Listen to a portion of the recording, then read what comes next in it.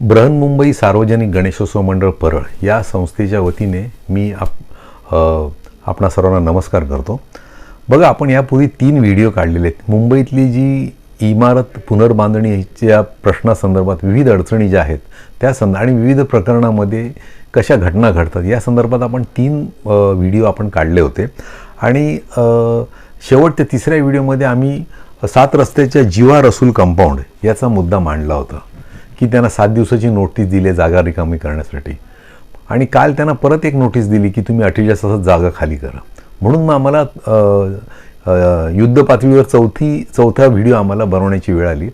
ह्या व्हिडिओमध्ये आपण जीवा रसूल कंपाऊंडचं प्रकरण आणि इतर छोटे 3 प्रकरण आणि ज्या अडचणी येतात, ज्या रिडेव्हलपमेंटमध्ये ज्या छोट्या बेसिक अडचणी आहेत ना, त्याचा आपण उल्लेख करणार आहोत।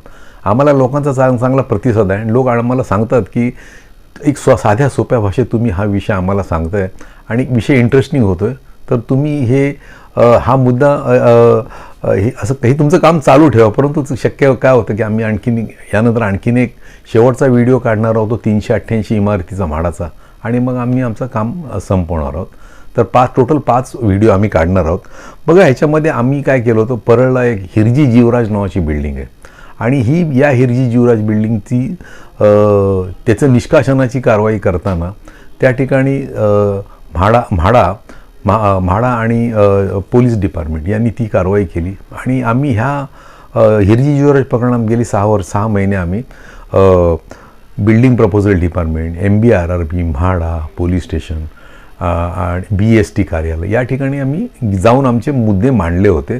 परंतु शेवटी ही बिल्डिंग निष्कासित केली आणि नंतर मग आम्ही व्हिडिओची मालिका सुरू केली की जनतेचे प्रश्न काय आहेत त्यावर आपण हे मत मांडावं, म्हणून ही मालिका आपण सुरू केलेली आहे। या हिरजी जीवराज बिल्डिंगमध्ये विवेक जगन्नाथ पंडित आणि त्यांची पत्नी कीर्ती विवेक पंडित यांनी 6 महिने खूप मेहनत केली होती, धावपळ खूप केली आणि एक रिस्क घेऊन त्यांनी हे प्रकरण याची दाद लावण्याचा प्रयत्न केला।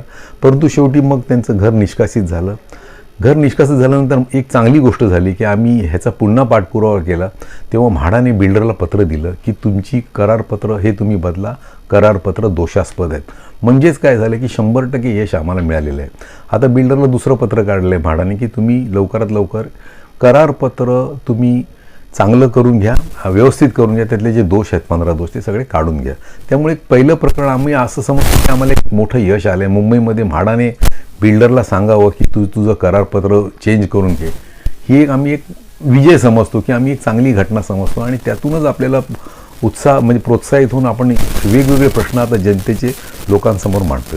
आता बघा, हे व्हिडिओ बनवण्यात 2 लोकांनी आम्हाला मदत केली। एक आहे ते उमेश मोहिते, जे हे स्वतः व्हिडिओ बनवत आहेत ते, आणि दुसरे राजीव थत्ते, पत्रकार राजीव थत्ते, जे आपण त्यांना माहिती दिली की ते पुढे सर्क्युलेट करतात, त्यांची एक मोठं नेटवर्क आहे त्या ठिकाणी ते। तर आम्ही दोघांचे आभारी आहोत, उमेश मोहिते आणि राजीव थत्ते। आपण मुंबईमध्ये जसं आम्ही छोटी कामं करतो तशी मुंबईमध्ये सध्या तरी मला 3 संस्था आहेत। पागडी ग्रुप आहे राणे मॅडम यांचा, त्यानंतर विमल जैन यांचं सोसायटीसाठी फार चांगलं काम, सोसायटी या विषयामध्ये फार चांगलं काम आहे विमल जैन। तिसरी आहे ते KVJ राव यांचं एक असं वैशिष्ट्य आहे की ते दखलपात्र म्हणजे जर पोलीस गुन्हे दाखल करून घेत नसतील तर 156(3) प्रमाणे कोर्टाकडे मूव्ह होतात आणि कोर्टाकडून गुन्हे दाखल करण्याची कोर्टाकडून ते प्रकरण डायरेक्शन घेतात 156(3) खाली आणि गुन्हा तपासात घेतात। मी KVJ राव यांचं विशेष करून हा मुद्दा याकरता मांडतोय की दिंडोशीला 25 वर्ष एक दत्ता मुगुडराव हे 25 वर्ष संघर्ष करत होते त्यांच्या SRAच्या प्रकल्पामध्ये। त्यांना यश नाही आलं, त्यांचा गुन्हा शेवटी दाखल होऊ शकला नाही। पण KVJ राव त्यांनी स्वतःच्यामध्ये पुढाकार घेऊन स्वतः फिर्याद दाखल करून शासनाकडून तो आता गुन्हा दाखल करून दिंडोशी पोलीस स्टेशनला त्याचा तपास आता सुरू केलेला आहे। आता इतकं म्हणजे ज्या ठिकाणी 300 झोपड्या होत्या, खाजगी कंपाऊंड होतं, 300 झोपड्या होत्या, त्याच्या 900 झोपड्या झाल्या, तरी दखल घेतली येत नाही। शेवटी मग KVJ रावनी जे मेहनत केली त्यातून त्यांना जे यश आलेलं, तर मी विशेष त्यांचे आभार मानतो की तुम्ही असे शासनाकडे तुम्ही म्हणजे असे जनतेचा मुद्दा, एक महत्त्वाचा मुद्दा आपण मांडलात, त्याबद्दल मी सगळ्यांच्या वतीने ह्यांचे आभार मानतो। आता कसं झालं बघा, गेल्या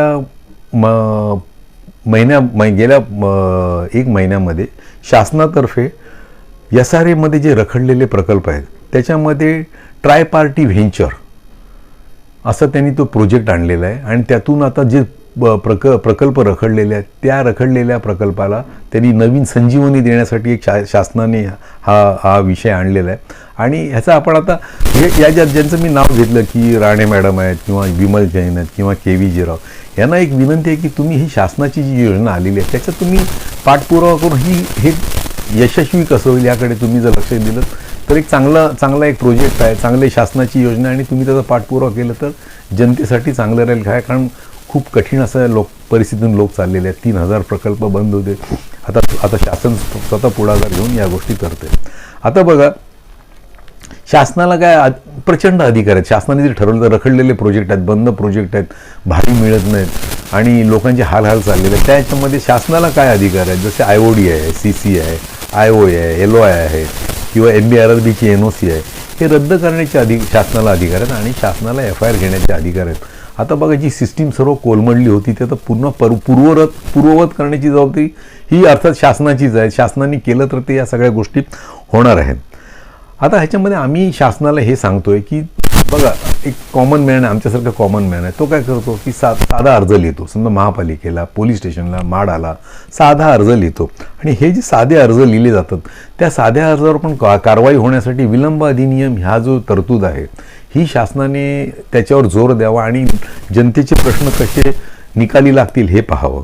दुसरं आहे ते RTI खाली लोक अर्ज करतात. पूर्वी बघा RTIचं एक दहशत होती, आता RTIची दहशत कमी होत चाललेली. परंतु शासनाला विनंती आहे की आपल्याकडे चांगली यंत्रणा आहे. RTI माहिती आयुक्त पण त्या ठिकाणी तिकडे लोकांना न्याय मिळतो, तिकडे चर्चा होते. परंतु त्याचं जर डिव्हिजन करायला पाहिजे. महाराष्ट्रात विविध ठिकाणी त्यांच्या शाखा असायला पाहिजेत आणि त्या शाखातून RTIचे अर्ज याला गती मिळावी याकरता शासनाने काहीतरी करावं अशी आमची विनंती आहे. आता बघा, ह्याच्यामध्ये काय झालेलं आहे की आता मुंबईच्या जुन्या चाळी आहेत किंवा आता उपनगरातल्या जुन्या चाळी आहेत. आता मुंबईतल्या जुन्या चाळींचं सगळं कारभार आहे म्हाडाकडे, MBRRBकडे. उपनगरातले ज्या जुन्या चाळी आहेत त्यांचा कारभार असेल महापालिकेकडे, कारण महापालिकेकडे त्यांचा अभिलेख आहे. मुंबईतला अभिलेख हा MBRRB म्हणजे मुंबई इमारत दुरुस्ती मंडळ यांच्याकडे हे आहे. आता बघा, मुंबईमध्ये ज्या जुन्या चाळी आहेत किंवा समजा उपनगरातल्या जुन्या चाळी आहेत, ह्याचं प्रकरण, ह्याच्यामध्ये जो महत्त्वाचे मुद्दे असतात. जर एरिया जो आपल्याला मिळतो फ्लॅटचा किंवा जो एरिया मिळतो त्या एरियामध्ये काही कमी असेल, मग एरिया कमी जास्त असेल तर आपल्याला त्या ठिकाणी म्हाडाकडे अर्ज करावा लागेल किंवा उपनगरात BMCकडे अर्ज करावा लागेल. आणि भाडेकरूंची पात्रता, मुंबईमध्ये म्हाडा आणि उपनगरामध्ये BMC यांच्याकडे अर्ज करण्याची तरतूद आहे. फक्त शासनाला आमची अशी विनंती आहे, मोठ्या प्रमाणात तक्रारी असतील तर त्या तक्रारींचं निराकरण व्हावं म्हणून एक क्वासी ज्युडिशरी सिस्टीम हिला थोडा वेग आणावा. की हे जे तक्रार अर्ज आला आणि तो पडून राहिला, काय होतं की तक्रार केल्यानंतर तो अर्ज राहतो पडून. बिल्डरला समजतं की माझ्या अर्ज, मग बिल्डर काय सांगतो तर त्याप्रमाणे अर्ज बरीच महिने पडून राहतात. प्रत्येक अर्जासाठी विलंब अधिनियम हा कायदा लागून 90 दिवसामध्ये प्रकरणाचा निपटारा कसा होईल हे शासनाने बघावं.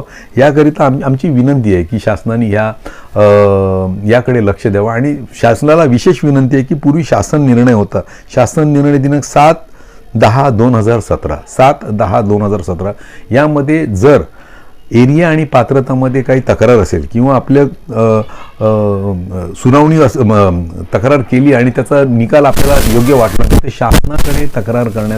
शासनाकडे अपील करण्याचा अधिकार आहे. आणि हे 7/10/2017 हा जो शासन निर्णय याच गती यावी म्हणून शासनाने मंत्रालयातले जे गृहनिर्माण विभागाचे जे कार्यालय आहे तिकडे या सर्व प्रश्नांना गती येण्यासाठी विशेष यंत्रणा राबवावी अशी आमची त्या ठिकाणी शासनाला विनंती आहे. आजचा व्हिडिओ आम्ही घाईघाईने करतो कारण जीवा रसूल कंपाऊंड जे 7 रस्त्याला जी जमीन आहे, जवळजवळ 9000 स्क्वेअर मीटरची जमीन आहे. ही BMCची जमीन आहे. सुमारे 300 घरं आणि दुकानं त्या ठिकाणी आहेत आणि गेली 5-10 वर्ष त्या ठिकाणी रिडेव्हलपमेंटसाठी ते प्रयत्न चालू होते. अचानक काय झालं की 15 दिवसापूर्वी शासनाने नोटीस दिली की तुम्ही 14 दिवसांमध्ये घरं रिकामी करा. काल पुन्हा त्या ठिकाणी महापालिकेचे अधिकारी गेले, पोलीस त्या ठिकाणी गेले आणि त्यांनी तिकडे नोटीस लावलेली आहे की 48 तासाच्या आत घरं खाली करा. या प्रकरणाची तड लागावी किंवा हे प्रकरण काय आहे, लोकांवर कसा अन्याय होणार आहे हे लक्षात यावं म्हणून आम्ही हा आजचा व्हिडिओ काढलेला आहे. बघा, ही जी जमीन आहे BMCची जमीन आहे आणि BMCची जमीन असल्यामुळे 3377च्या अंडर येते. आमचं असं म्हणणं आहे की ही 37च्या अंडर 33.7 असताना ही प्रत्यक्षात हिचा एरिया 9000 स्क्वेअर मीटर आहे. मग तुम्ही 33.7 लागू करताना 33.9 का लागू नाही करत? कारण 33.7 खाली तुम्ही आम्हाला 425 स्क्वेअर फीटाची घरं देणार आहात. क्लस्टरमध्ये गेले तर आम्हाला जवळजवळ 550-600 स्क्वेअर फीटाची घरं मिळतील. जर आमची घरं तोडली आणि घरांना लोकांना पळवून लावलं, उद्या अचानक पोलीस घुसले आणि किंवा पोलीस घुसले, म्हाडाचे अधिकारी आणि लोक घरं खाली करून गेले, तर प्रश्न असा आहे की आम्हाला 425 घरं का? आम्हाला 550-600 स्क्वेअर फीटची घरं का नाही? कारण आम्ही क्लस्टरमध्ये येतो, आमचा हक्क लागतो तो. आता ह्याच्यामध्ये आम्ही तुम्हाला 2-3 गोष्टी सांगतो. आता शासनाने काय केलेलं आहे की याच्यामध्ये सुधार समितीचा ठराव आहे, मालमत्ता विभागाचा इरादापत्र आहे आणि वॉर्डाने IOD दिले. म्हणजे BMCनी प्रक्रिया पूर्ण केलेली आहे. परंतु IOD दिल्यानंतर CC देणं फार महत्त्वाचं आहे. काय CC मिळाल्याशिवाय, CC मिळाल्यापूर्वी घरं तोडता येतात काय? प्रश्न स्पष्टपणे त्याचं उत्तर नाही असं आहे. महापालिकेची जमीन आहे, नियम महापालिकेचे आहेत, कारवाई करणारी महापालिका, आणि तुम्ही CC मिळण्यापूर्वी तुम्ही घरं कशी काय रिकामी करू शकता, असा आम्ही प्रश्न उपस्थित केला. आता ह्याच्यामध्ये काय लोकांना काय मिळणार आहे? 425 स्क्वेअर फीटाचं घर मिळणार आहे, 22,000 रुपये भाडं मिळणार आहे, 11,000 रुपये ट्रान्सपोर्टेशन चार्ज आणि कॉर्पस फंड 4 लाख. ह्या गोष्टी ठीक आहेत. ह्या गोष्टी कधी ठीक आहेत? जर 33.7 खाली जर हा प्रोजेक्ट असेल तर. परंतु आम्ही 33.9 येतो. 33.9 आम्ही आल्यामुळे तुम्हाला आम्हाला घरं मोठी मिळाली पाहिजेत, आम्हाला कॉर्पस पण वाढला पाहिजे. समजा आता कॉर्पस पण आणि भाडं हा भाव आपण बाजूला ठेवूया, पण आम्हाला हक्काची घरं मोठी मिळाली पाहिजेत. कारण नियमाप्रमाणे जे नियम आहेत त्या नियमाप्रमाणे घरं आम्हाला मिळालीच पाहिजेत. हा आम्ही या ठिकाणी पत्रव्यवहार त्या ठिकाणी केलेला आहे. आता आम्ही आमचं BMCला आणि महापालिका आयुक्त आहेत त्यांना 4-6 मुद्दे आम्हाला विचारायचे आहेत. काय तिकडे प्रपोज सोसायटी केलेली आहे? उत्तर आहे प्रपोज सोसायटी केलेली आहे. परंतु प्रपोज सोसायटीच्या त्यांना विश्वासात घेऊन त्यांच्याशी चर्चा करून काय महापालिका अधिकाऱ्यांनी निर्णय घेतलेत का? उत्तर नाही असं आहे. त्यानंतर नियमाप्रमाणे सोसायटी स्थापन करणे आवश्यक आहे. सोसायटी स्थापन केलेली नाही. Try party agreement, development agreement करायला पाहिजे, सोसायटीला विश्वासात घेऊन करायला पाहिजे, ते झालेलं नाही आहे. PAAA हे जे आहे ना, ही जी ॲग्रीमेंट आहे वैयक्तिक ॲग्रीमेंट, प्रत्येक भाडेकरूबरोबर वैयक्तिक ॲग्रीमेंट ती झालेली नाही आहे. आणि विशेष म्हणजे कमेन्समेंट सर्टिफिकेट मिळालेलं नाही. आता ह्या सगळ्या 6 दोष असताना तुम्ही उद्याची नोटीस दिली 48 तासाची आणि घरं खाली करायची नोटीस दिली. या संदर्भात आम्ही पोलीस डिपार्टमेंटला, कंट्रोल रूमला आम्ही चर्चा केली. त्यांनी आम्हाला चांगला प्रतिसाद दिला. ते म्हणे नाही, आम्ही खाली पोलीस स्टेशनला आम्ही कन्वे करू, हा तुमचा मेसेज आम्ही कन्वे करू. ही एक चांगली गोष्ट झालेली आहे. आता प्रश्न असा आहे, आमचा मुद्दा काय आहे की 33.7 योजना आणि 33.9 योजना ह्यातला जो 300 3 FSI आणि 5.4 FSI ह्यातला जो मधला FSI तो कुठे जाणार आहे? जर तुम्ही आमची घरं खाली केलीत तर आम्हाला तुम्ही 425 स्क्वेअर फीटाची घरं दिलीत, तर वरच्या FSIचं काय?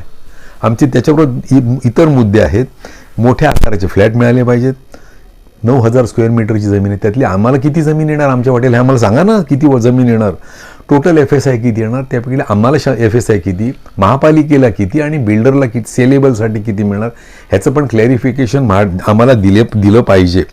आता बघा कसं आहे की समजा उद्या घरं तोडली आणि मग त्यानंतर तुम्ही आम्हाला आश्वासन देणार का की 33.9ची स्कीम आम्ही 33.7ची स्कीम आम्ही 33.9 कन्वर्ट करू? कारण साधारणतः कसं असते माहिती का, ह्याच्यामध्ये कसं आहे की सुधार समिती हे नंतर निर्णय घेते. सुधार समिती निर्णय घेते 33.7चं 33.9 करायचं, परंतु कशाबद्दल निर्णय घेते? भांडवली मूल्य शासनाला मिळावं म्हणून. शासनाला भांडवली मूल्य मिळालं पाहिजे, परंतु आमच्या मोठ्या आकाराच्या घराचं काय, असा आमचा प्रश्न आहे.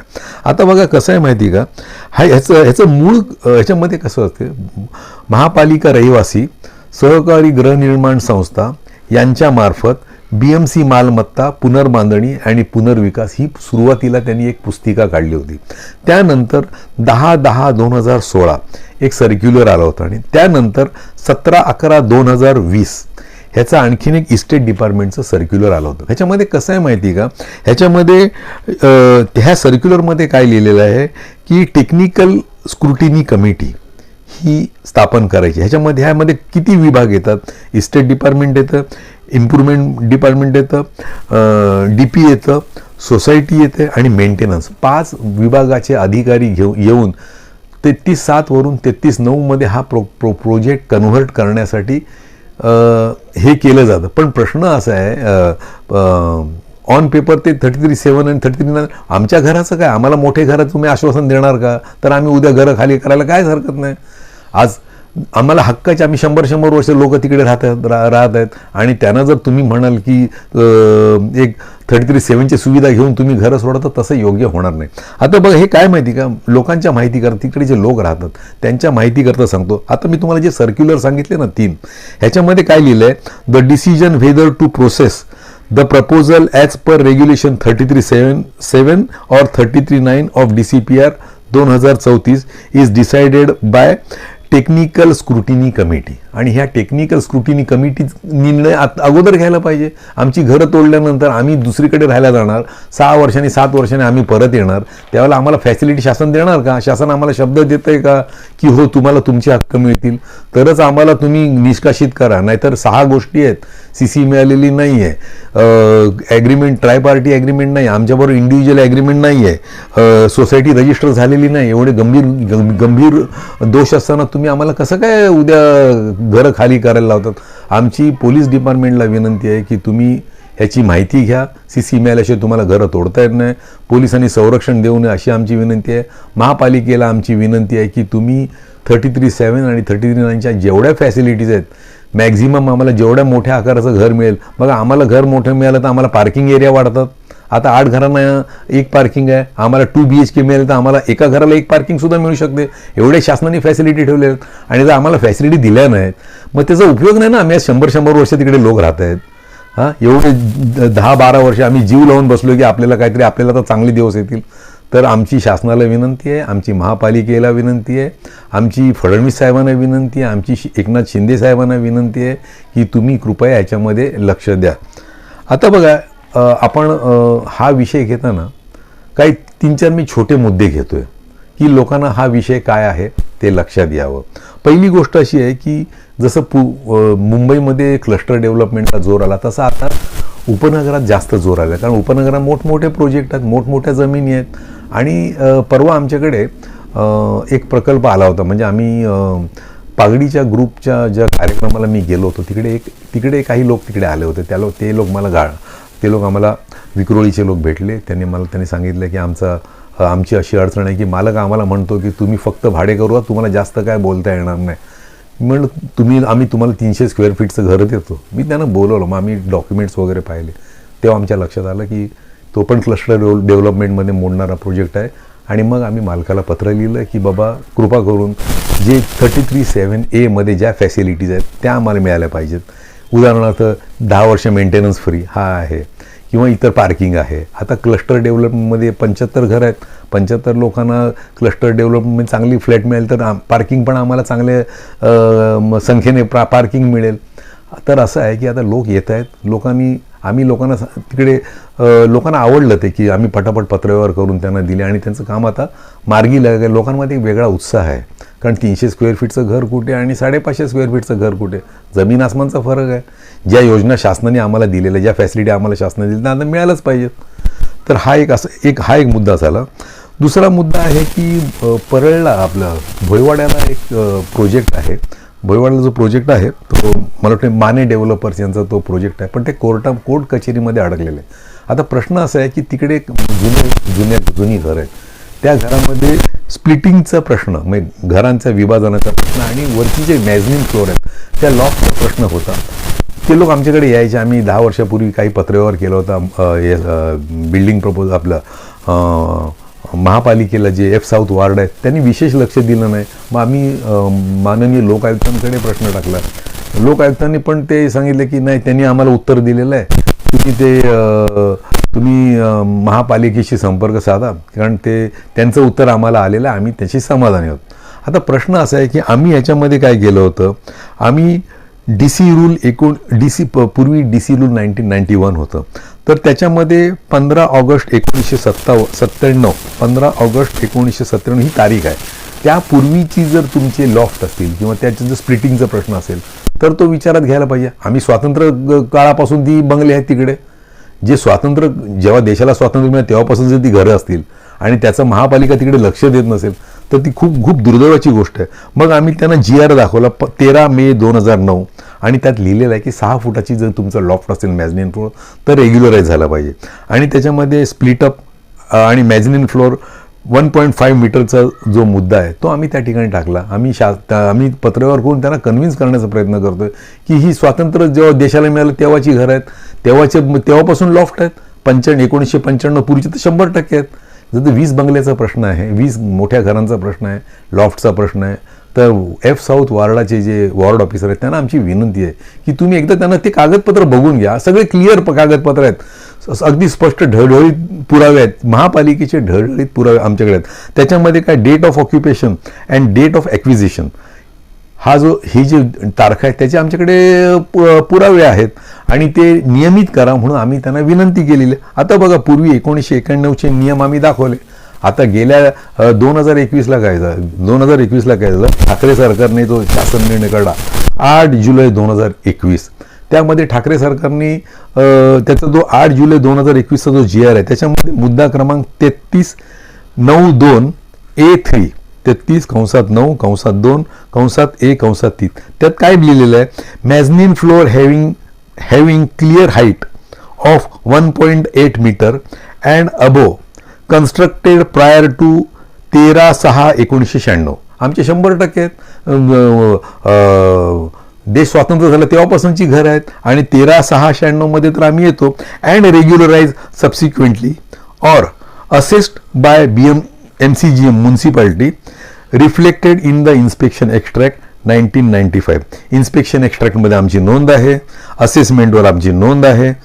आता ते फक्त नियमित केले तर आता रिडेव्हलपमेंटमध्ये आम्हाला त्याचा बेनिफिट मिळेल. म्हणून आमची वॉर्ड ऑफिसर यांना विनंती की जे बंगले आहेत, ज्या जुनी घरं आहेत 20, त्यांचा हा जो प्रश्न आपल्याला रिक्वेस्ट आहे की तुम्ही आता त्यांची कागदपत्र मागवून घ्या आणि खरोखर अन्याय जायचं तर करून नका. आता रिडेव्हलपमेंटचा तर कोर्टाचा निकाल येईल 2-4 महिन्यामध्ये, त्यानंतर कोर्टाचा निकाल आला तर लोकांना ते घरं खाली करण्याचा मुद्दा येईल. पण त्याच्या अगोदर आम्हाला 20 जे जुनी घरं आहेत त्यांना नियमित करून घ्या ना. त्यांचे आम्हाला FSIमध्ये फायदा होईल, आम्हाला मोठी घरं मिळतील. तर आमची विनंती, आणि मुळातच हे क्लस्टरमध्ये येते, क्लस्टरचे पण बेनिफिट त्यांना मिळाले पाहिजेत, अशी आमची विनंती आहे की वॉर्ड ऑफिसरने किंवा जेव्हा बिल्डिंग प्रपोजलकडे हे पुन्हा जाईल सगळं तेव्हा क्लस्टर डेव्हलपमेंटचे बेनिफिट हे आमच्या लोकांना मिळावेत, अशी आमची त्या ठिकाणी विनंती आहे. तिसरा मुद्दा आहे की शिवभूमी शंकरवाडी जोगेश्वरीला ही आहे. आता 15 वर्ष झाली. त्या 15 वर्षामध्ये बिल्डरने 5 बिल्डिंग बांधल्या. अर्ध्या लोकांना त्यात सामावून घेतलेलं आहे आणि अर्धे लोक आजही घराच्या बाहेर आहेत, भाडी मिळत नाहीत, हाल झालेले आहेत. मग त्या ठिकाणी जे दीपक घाडी आहेत ते आम्हाला एक आठवड्यापूर्वी आले होते. त्यांची ती जुनी कागदपत्र, त्यांनी 2-3 मुद्दे मांडले की ही जी जमीन आहे ह्याच्यामध्ये फक्त 100 रुपये स्टॅम्प ड्युटी भरून या ठिकाणी प्रोजेक्ट सुरू करण्यात आले. वास्तविक पाहता कसं आहे की 2 बिल्डरमध्ये व्यवहार झाला तर पूर्ण स्टॅम्प ड्युटी त्या ठिकाणी भरायला पाहिजे. आणि जेव्हा SRA प्रोजेक्ट तुम्ही चालू करता तेव्हा तुम्हाला तो 100 रुपयाचा जो स्टॅम्प ड्युटीचं कन्सेशन आहे शासनाने दिले ते तुमचा लागू होते. आता अडचण कशी आहे की ते स्टॅम्प ड्युटीचा आणि कराराचा जो वाद आहे हा त्यांचा पूर्वी पण कुठे 2 बिल्डरमधला कोर्टामध्ये गेला होता. प्रश्न असा आहे की दीपक घाडी यांनी RTI खाली अर्ज केला की लेआउट ह्याचं मंजूर झालेलं आहे का. तर त्यांनी काय सांगितलं की त्यांनी लेखी उत्तर दिले की नाही, ह्याचं लेआउट मंजूरच झालेलं नाही. त्यानंतर काय झालं की दीपक घाडीने RTI अर्ज केले होत्यामुळे त्याने परवा त्यांची माहिती आयुक्तांच्या दरबारामध्ये त्यांची मीटिंग झाली. SRAचे अधिकारी आले होते आणि SRAच्या अधिकाऱ्यांनी मान्य केली लेआउट झालेलं आहे. तुम्ही कसं 5-5 बिल्डिंग आले आणि लेआउट मंजूर झालेलं नाही असं नाही. तुम्हाला ते शासनाचे सर्क्युलर आहे की तुम्ही सुरुवातीलाच अच्छा. त्याच्यामध्ये आणखीन एक महत्त्वाची नोंद आहे जी कागदपत्र त्याला आम्हाला मिळाली. त्यात असं स्पष्ट लिहिले की CC घेताना तुम्ही लेआउट मंजूर करून घ्या. 15 वर्ष झाली तरी लेआउट मंजूर नाही. BMC वाले डोळे झाकून उत्तर देतात की हो लेआउट मंजूर नाही. माहिती आयुक्तांना त्यांनी कळवलं की लेआउट मंजूर नाही. हे असे मुंबईमध्ये जे प्रोजेक्ट आहेत कृपा करून, म्हणून हे काय आहे माहिती का, म्हणून शासनाला आमची विनंती आहे, बिल्डिंग प्रपोजल डिपार्टमेंट कोणाचे आहे, SRAचे बिल्डिंग प्रपोजल आहेत, म्हाडाचे बिल्डिंग प्रपोजल आहेत, BMCचे बिल्डिंग प्रपोजल, ह्यांना आमची विनंती आहे की कुठचाही प्रकल्प असू दे पोलिसांना विनंती आहे की CC मिळाल्याशिवाय तो प्रकल्प तुटता कामा नये. लोकांचे हाल होतात, भाडी मिळत नाहीत. CC मिळाल्यानंतर पटापट बांधकाम होतील, एक सुसूत्रपणा येईल, फसवणुकीचे प्रकार बंद होतील. म्हणून आमची शासनाला विनंती आहे की शासनाने याकडे विशेष लक्ष द्यावं की CC मिळाल्याशिवाय कोणतीही इमारत तुटणार नाही याचं कडक निर्बंध शासनाने घालावेत, अशी आमची शासनाकडे विनंती आहे. आता याच्यामध्ये काय की जसं मी मगाशी नाव घेतलं KVJ राव. KVJ राव यांनी कसं काय, मुंबईमध्ये गेली 4-5 वर्ष त्यांनी एक आपलं बस्तान मांडलेलं आहे मुंबईमध्ये की पोलीस ज्या ठिकाणी दखलपात्र गुन्हे नोंद घेत नाही त्यांचे KVJ राव हे कोर्टात मूव्ह होतात आणि अप्रतिम मांडतात. म्हणजे सुप्रीम कोर्टाचे सगळे जजमेंट त्यांच्याकडे असतात. न होणाऱ्या गोष्टी ते दखलपात्र गुन्हे नोंदवून घेतात. आता दिंडोशी पूर्वेला एक प्रकल्प आहे, 25 वर्ष झाली, प्रायव्हेट कंपाऊंड आहे, 300 घरं होती. प्रायव्हेट कंपाऊंडमध्ये आता 900 घरं झाली. प्रश्न असे, सरकारी जमीन असेल तर ठीक आहे, घरं वाढतात. प्रायव्हेट कंपाऊंडमध्ये घरं कशी वाढली? तर दत्ता मुगुटराव ह्यांनी 25 वर्ष संघर्ष केला, त्यांना काही ते करता आलं नाही. आता KVJ राव हे कोर्टात गेले, त्यांनी 156(3) प्रमाणे आदेश आणले. दिंडोशी पोलीस स्टेशन आता हे करते आणि बिल्डरनी स्क्वॉशिंगसाठी टाकलेले. स्क्वॉशिंग होणं थोडं कठीण आहे, कारण काय KVJ राव तिकडे मास्टर वकील आहेत आणि ते विशेषतः बोगस डॉक्युमेंटचे ते एक्सपर्ट आहेत. तर हे प्रकरण एक चांगलं प्रकरण ते घसाच लावतील असं वाटतं. परंतु शासनाला विनंती आहे की शासनाने आता ही सगळी यंत्रणा आता नवीन करावी. SRA, म्हाडा, BMC ह्या आता लोकांचे एवढे प्रॉब्लेम आहेत की लोकांचे प्रॉब्लेम शासनाने नाही सोडवत तर कोणी सोडवावेत. क्वासी ज्युडिशरी सिस्टीम चांगली करा. आणि शेवटी एक महत्त्वाचं आहे की प्रकरण म्हाडाकडे असू दे, BMCकडे असू दे, आणखीन कोणत्या यंत्रणेकडे असू दे, शासनाचा शब्द हा अंतिम राहिला पाहिजे. शासनाचे जे सर्क्युलर जे आहे, शासनाचं सर्क्युलर दिनांक 17/10/2017, अंतिम शब्द शासनाचा राहिला पाहिजे. अंतिम सुनावणी शासनाकडे राहिली पाहिजे. म्हणून शासनाच्या गृहनिर्माण विभागाने स्वतंत्र तिकडे कक्ष काढावा, लोक नेमावेत, एरिया वाईज त्या ठिकाणी लोकांचे प्रश्न. आता आम्ही लोकांना आवाहन करतोय की तुम्ही ही पद्धत मध्यंतरी बंद झाली होती शासनाकडे. आता आम्ही लोकांना आवाहन करतो की तुम्ही मांडा, तुम्ही सांगा की आम्हाला शासनाकडे अपील करण्याची संधी द्या. आम्ही शासनाकडे जातो आणि आमची बाजू मांडतो. शासनाचा शब्द अंतिम राहील आणि विशेष म्हणजे जो बेशिस्तपणा आलेला आहे तो बराचसा कमी होऊन जाईल.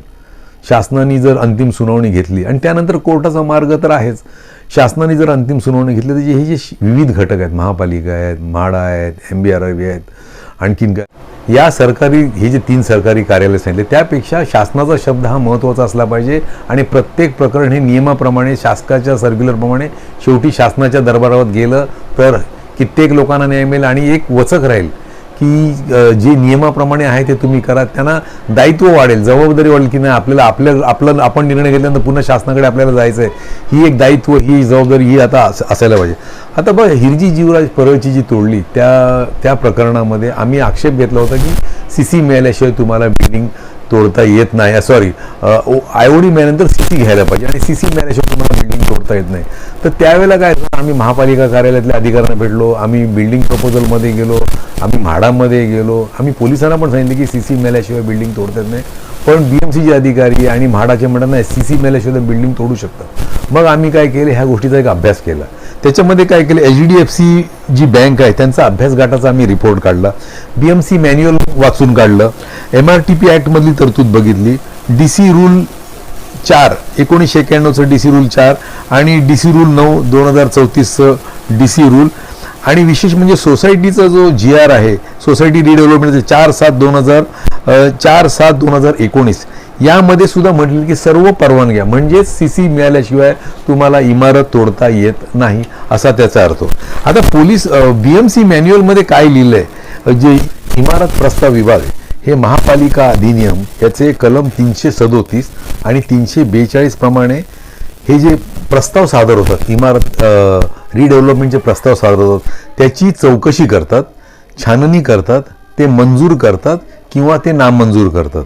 त्यांची कार्यपद्धती अशी आहे, त्याच्यामध्ये 3 मुद्दे सांगितलेत. इमारतीचे त्यांचं काम काय, इमारतीचे आराखडे मंजूर करणे, नामंजुरीची पूर्वसूचना देणे म्हणजे IOD निर्गमित करणे आणि ह्या IOD मध्ये जे अटी शर्ती असतात त्या पूर्ण झाल्यानंतर MRTP ॲक्ट अधिनियमाखाली CC ही CC प्रमाणपत्र हे निर्गमित केलं जातं. म्हणजे सांगायचं असं आहे की IOD आणि CC या दोन स्वतंत्र बाबी आहेत. IOD मिळाल्यानंतर घाई करून लोकांना घरं करतात तसं नाही आहे. आपल्याला CC पर्यंत थांबायचं आहे. CC मिळाल्यानंतर अगदी डोळे झाकून तुम्ही घरं सोडा, तुमचं प्रोजेक्ट लवकर पूर्ण होणार.